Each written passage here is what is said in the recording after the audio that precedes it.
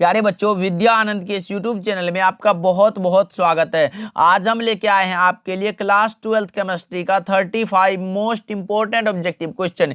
ये 35 ऑब्जेक्टिव आपके board exam के दृष्टिकोण से बहुत ही ज्यादा इंपॉर्टेंट बनते हैं। तो आज के क्लास में मैं जितना ऑब्जेक्टिव बताऊंगा उसको आप अच्छे से याद कर लीजिएगा, क्योंकि ये सारे के सारे इंपॉर्टेंट क्वेश्चन लाया हूँ आज के क्लास में। तो फटाफट से आप जुड़ जाओ और आज के क्लास के सारे इंपॉर्टेंट क्वेश्चन को याद कर लेना। ओके, चलिए क्लास को स्टार्ट करते हैं। और देखिए, पहला नंबर सवाल आपके सामने है। आप चैट सेक्शन और कमेंट सेक्शन में आंसर लगाते चलो और लास्ट में बताना कि इस 35 ऑब्जेक्टिव में आप कितना सही कर पाते हो। ओके, चलिए देखिए, पहला नंबर सवाल आपके सामने है। अल्कोहल में क्रियाशील मूलक रहता है। अब बताना है आप सभी को कि अल्कोहल में फंक्शनल ग्रुप कौन सा रहता है। तो आपको भी पता होगा कि अल्कोहल का फंक्शनल ग्रुप होता है ROH। कौन सा?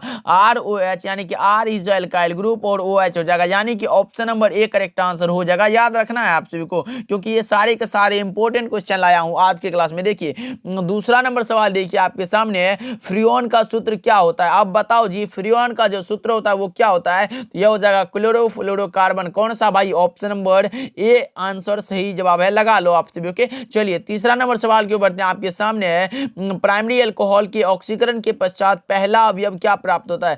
प्राइमरी अल्कोहल है भाई, लगाओ सही जवाब क्या होगा। प्राइमरी अल्कोहल के ऑक्सीकरण के पश्चात जो पहला अवयव प्राप्त होता है वो होता है एल्डिहाइड, यानी कि option number D correct answer हो जाएगा। एल्डिहाइड प्राप्त होता है। ओके, चलिए नेक्स्ट सवाल को बढ़ते हैं। चौथा नंबर सवाल आपके सामने है कि एथिल ब्रोमाइड की अभिक्रिया सोडियम धातु से शुष्क ईथर में कराने पर क्या बनता है? अब लगाओ जी, एथिल ब्रोमाइड की अभिक्रिया सोडियम धातु से शुष्क ईथर में कराने पर क्या बनता है?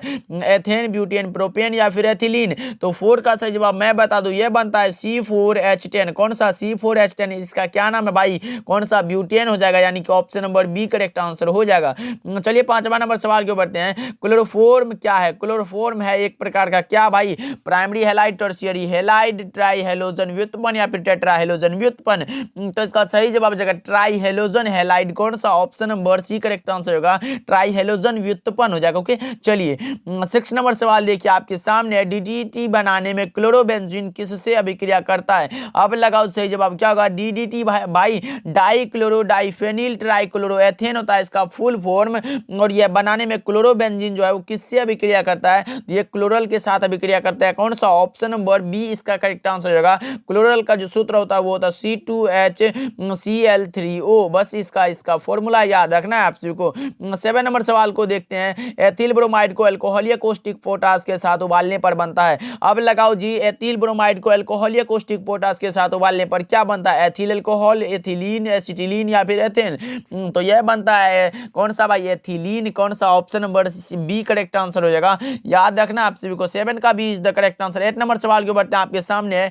ग्लिसरॉल है, ये तो भाई आपके बोर्ड एग्जाम में आया हुआ सवाल है। अब लगाओ सही जवाब क्या होगा। ग्लिसरॉल एक प्रकार का क्या है? तो यह हो जाएगा ट्राइहाइड्रिक अल्कोहल। कौन सा? Option number C correct answer होगा, ट्राइहाइड्रिक अल्कोहल हो जाएगा। ओके, चलिए 9 नंबर सवाल को देखते हैं आपके सामने। चैट सेक्शन में भाई आंसर नहीं दिख रहा है, फटाफट से लगाओ। देखो, डाईएथिल ईथर, डाईएथिल ईथर में मेथिल प्रोपिल ईथर है। कौन सा भाई? डाईएथिल ईथर में मेथिल प्रोपिल ईथर जो होता है वो होता है मेटामेरिज्म, यानी कि option number B correct answer होगा, मितावयवी होता है। ओके, चलिए 10 नंबर सवाल को देखते हैं। फिनोल को जस्ता के चूर्ण के साथ उबालने पर बनता है। फिनोल को भाई जस्ता के चूर्ण के साथ उबालने पर क्या बनता है? नाइट्रोबेंजीन, एनिलीन, बेंजीन या फिर जिंक फिनॉक्साइड? तो यह बनता है कौन सा? C6H6, यानी कि बेंजीन बनता है। Option number C correct answer हो जाएगा।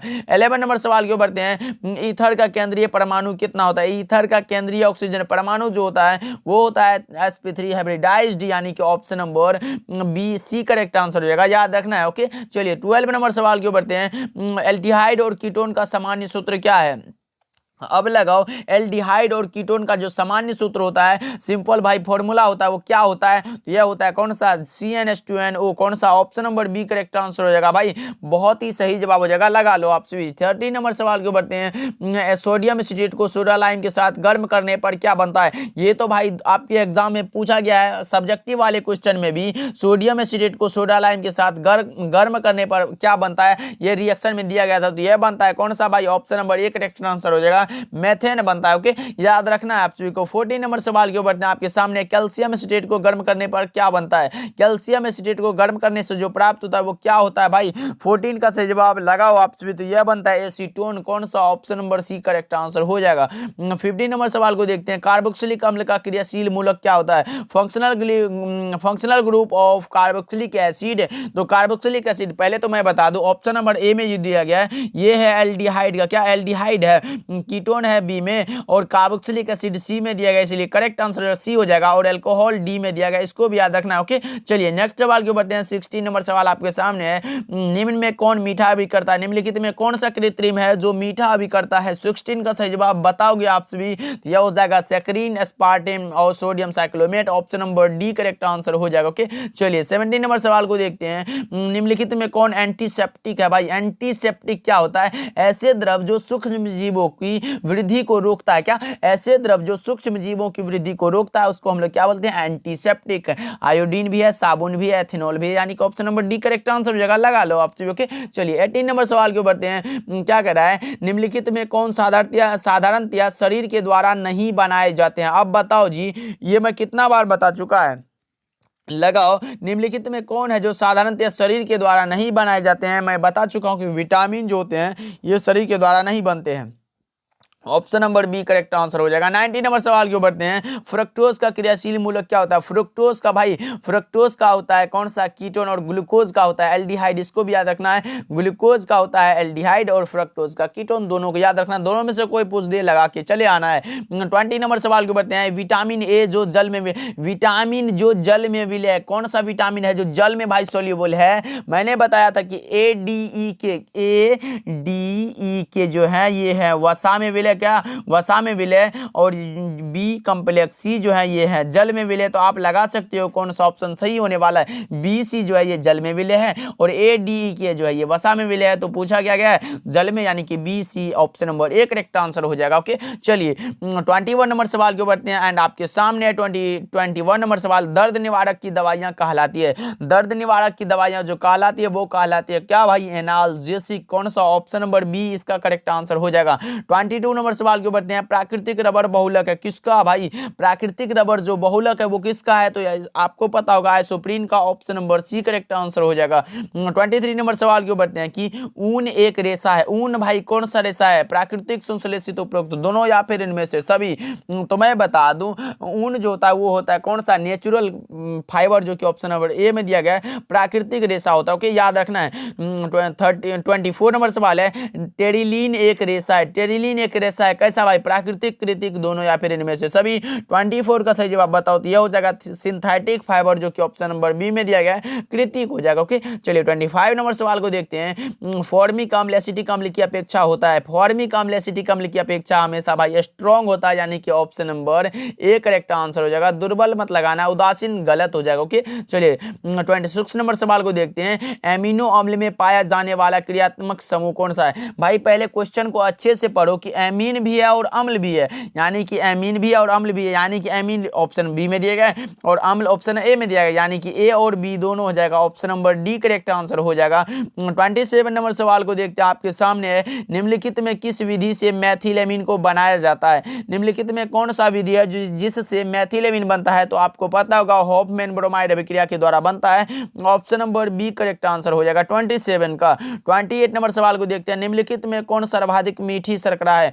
कौन है जो भाई सबसे मीठा शर्करा है, वो आपको पता होगा, वो होता है फ्रक्टोज, यानी कि option number B right answer हो जाएगा। 29 नंबर सवाल क्यों बढ़ते हैं। एंटासिड की प्रकृति कैसी होती है, अम्लीय, क्षारीय, उदासीन, या फिर इनमें से सभी। एंटासिड की प्रकृति जो होती है वो होती है बेसिक, यानी कि क्षारीय होती है। Option number B right answer हो जाएगा। 30 नंबर सवाल क्यों बढ़ते हैं। विलियम का उपयोग करते हैं किसमें भाई, विलियम का उपयोग करते हैं उपशामक के रूप में, जो कि ऑप्शन नंबर बी में दिया गया, मानसिक तनाव से बचने के लिए उसी को उपशामक कहते हैं। Option number D correct answer हो जाएगा। 31 नंबर सवाल क्यों बढ़ते हैं। घनाकार क्रिस्टल में ब्रेवेज जालकों की संख्या कितनी होती है। ये भाई बार बार ये क्वेश्चन आ रहा है, घनाकार क्रिस्टल में ब्रेवेज जालकों की संख्या कितनी होती है। लगता है ये 2024 के परीक्षा में छपने वाला है। घनाकार क्रिस्टल में ब्रेवेज जालकों की संख्या कितनी होती है भाई, तो ये होते 3, यानी कि option number A correct answer हो जाएगा। अगर पूछता है कि क्रिस्टल जालक में ब्रेवेज जालकों की संख्या कितनी होती है, तो आप 14 लगा लेते, सही हो जाता। ओके, चलिए 32 नंबर सवाल को देखते हैं। बीसीसी इकाई सेल में मुक्त खाली जगह का प्रतिशत है। Body centred cubic unit cell में मुक्त खाली जगह का जो प्रतिशत होता है वो होता है 32% और भरा हुआ था 68%। इसको भी याद रखना है। 33 नंबर सवाल को देखते हैं। आपके सामने NaCl क्रिस्टल की संरचना कैसी होती है? भाई लगाओ जी, सोडियम क्लोराइड है, क्रिस्टल की संरचना कैसी होती है? तो यह होती है फलक केंद्रित घनीय संरचना में, यानी कि ऑप्शन नंबर 1 करेक्ट आंसर हो जाएगा। FCC जालक में होता है। ओके, चलिए 34 नंबर सवाल आपके सामने। मानव रक्त का पीएच मान होता है, पीएच कितना होता है? यानी कि पीएच का अर्थ होता है पोटेंशियल ऑफ हाइड्रोजन। बताओ जी, मानव रक्त का जो पीएच होता है वो होता है 7.4, यानी कि option number C correct answer हो जाएगा। 35 नंबर सवाल आपके सामने है और आज के क्लास का लास्ट सवाल है। बताओ सही जवाब क्या होगा? परासरणी दाब बढ़ता है, कब बढ़ता है? तापक्रम बढ़ता है, तापक्रम घटता है, आयतन बढ़ता है, या फिर इनमें से कोई नहीं? तो परासरणी दाब तभी बढ़ता है जब क्या होता है? टेम्परेचर को बढ़ाया जाता है। इसलिए option number option number A correct answer हो जाएगा। याद रखना आप सभी को, जब तापक्रम बढ़ेगा तभी परासरणी दाब बढ़ेगा, जो कि ऑप्शन नंबर ए में दिया गया है, करेक्ट आंसर हो जाएगा। अब आप कमेंट करके बताओ कि इस 35 ऑब्जेक्टिव में आप कितना सही कर पाए हो। और भाई चैनल पे नए जुड़ रहे हो तो भाई सब्सक्राइब जरूर करना, ओके, और लाइक करके कमेंट करना, प्यारा प्यारा कमेंट करना, बहुत ही अच्छा लगता है आपका कमेंट पढ़ने में। मिलते हैं अगले क्लास में।